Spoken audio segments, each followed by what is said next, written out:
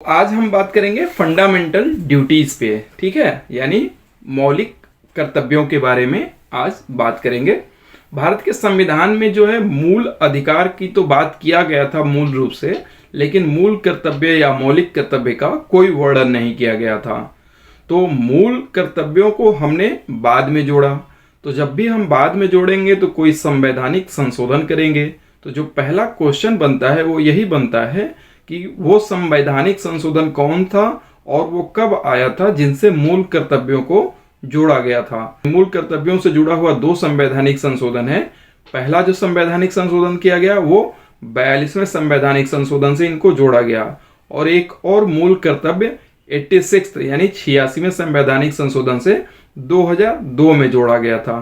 तो जो 42वां संवैधानिक संशोधन हुआ था वो 1976 में हुआ था, और जो 86वां संवैधानिक संशोधन हुआ था ये 2002 में लागू किया गया था। जो कमेटी बनाई गई थी उनसे भी क्वेश्चन पूछता है। तो जो कमेटी थी उसको हम स्वर्ण सिंह कमेटी कहते हैं।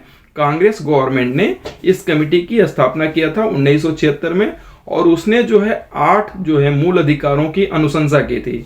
लेकिन कांग्रेस पार्टी ने 8 की जगह पे 10 मूल अधिकार सम्मिलित किए थे। जो स्वर्ण सिंह कमेटी थी उसने जो है टैक्स को भी कंपलसरी किया था। टैक्स को भी कहा था कि टैक्स देने का जो मूल कर्तव्य है ये भी होना चाहिए, लेकिन कांग्रेस पार्टी ने उसको एक्सेप्ट नहीं किया था। और जो 11वां मूल कर्तव्य जोड़ा गया वो जो आपके वार्ड होंगे, जो फैमिली के देख रेख करने वाले जो व्यक्ति हैं, वो अपने बच्चों को स्कूल तक भेजेंगे, शिक्षा का अवसर देंगे।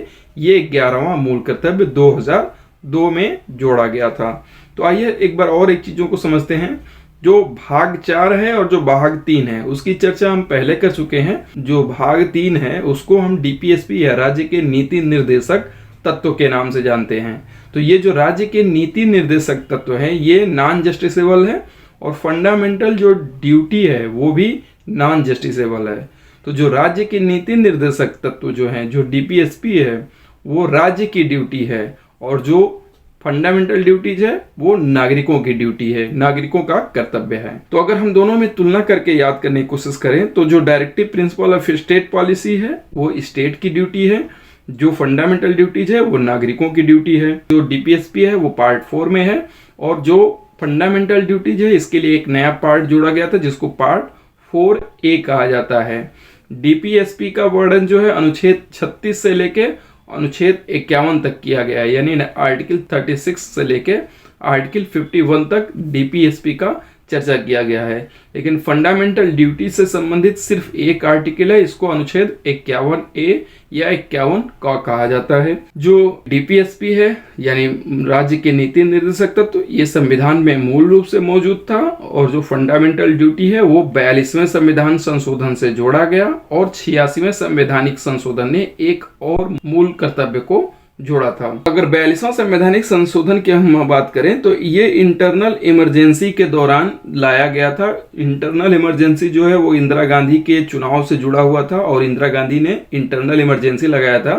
इसके बाद जो 44वां संवैधानिक संशोधन आया था तो उसने इंटरनल डिस्टर्बेंस वर्ड को बदल के आर्म्ड रिवेलियन कर दिया था, सशस्त्र विद्रोह कर दिया था।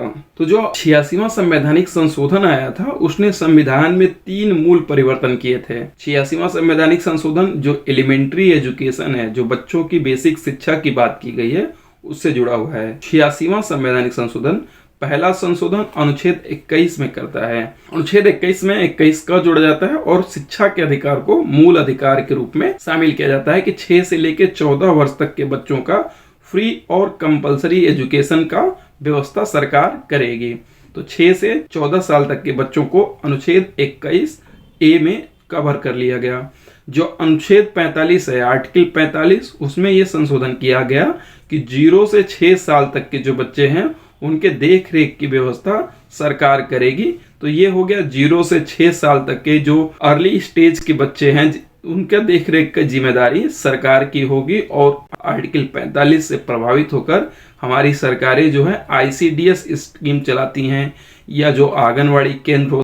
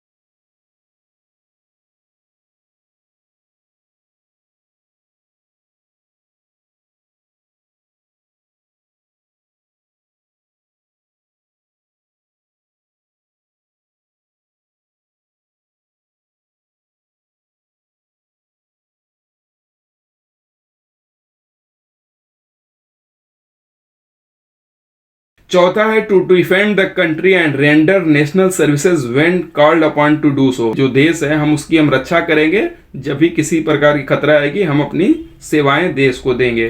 पांचवा है to promote harmony and the spirit of common brotherhood, यानी एक दूसरे के बीच हम जो है भाई जैसा व्यवहार करेंगे, भातृत्व की भावना का विकास करेंगे। Transcending religious, linguistic and regional और सेक्शनल डाइवर्सिटी, अगर जो हमारे रिलीजियस, लिंग्विस्टिक यानी भाषा के आधार पर, धर्म के आधार पर, क्षेत्र के आधार पर अगर जो भेदभाव है उससे ऊपर उठकर हम सबके साथ भाई की तरह व्यवहार करेंगे। Renouncing practices derogatory to dignity of women, उन सभी प्रथाओं का विरोध करेंगे या उनको नहीं मानेंगे जो महिलाओं के खिलाफ बनाई गई हैं। छठवां है to value and preserve the rich heritage of country composite culture, जो हमारा देश है, जो कंपोजिट कल्चर है, जिसको समन्वयवादी संस्कृति कहा जाता है, उसका हम सम्मान करेंगे, हम सबको साथ लेके चलने की कोशिश करेंगे। सातवां है to protect and improve the natural environment including forest, lakes, rivers and wildlife and to have compassion for living creature. तो जो हमारा इन्वायरमेंट है, फॉरेस्ट है, लेक्स हैं, इन सबों की हम सुरक्षा करेंगे। आठवां है कि safeguard public property and to abjure violence, public property है जो आपका सार्वजनिक चीजों जगहों पे जो बनाई हुई प्रॉपर्टी है हम उसकी रक्षा करेंगे और कोई भी वायलेंस जहां हो रहा है उसको हम बढ़ावा नहीं देंगे। नौवां है to strive towards excellence in all sphere of individual and collective activities so that the nation constantly rise to higher level of endeavor and achievement, यानी हम जो है हमेशा साइंटिफिक टेम्पर की ओर बढ़ेंगे और हमेशा ऐसा काम करेंगे जिससे हम आगे बढ़े, और अगर हम आगे बढ़ेंगे तो देश भी आगे बढ़ेगा। नेक्स्ट है to promote opportunity for education to his children और ward between the age of 6 and 14 year. तो ये जो है लास्ट में जो जोड़ा गया था 86वें संवैधानिक संशोधन से, कि हम जो है जो भी गार्जियन होगा वो बच्चे को 6 से अगर 14 साल तक का बच्चा है उसको स्कूल भेजेगा, उसको शिक्षा का अवसर प्रदान करेगा। तो ये टोटल 11 फंडामेंटल ड्यूटीज थे।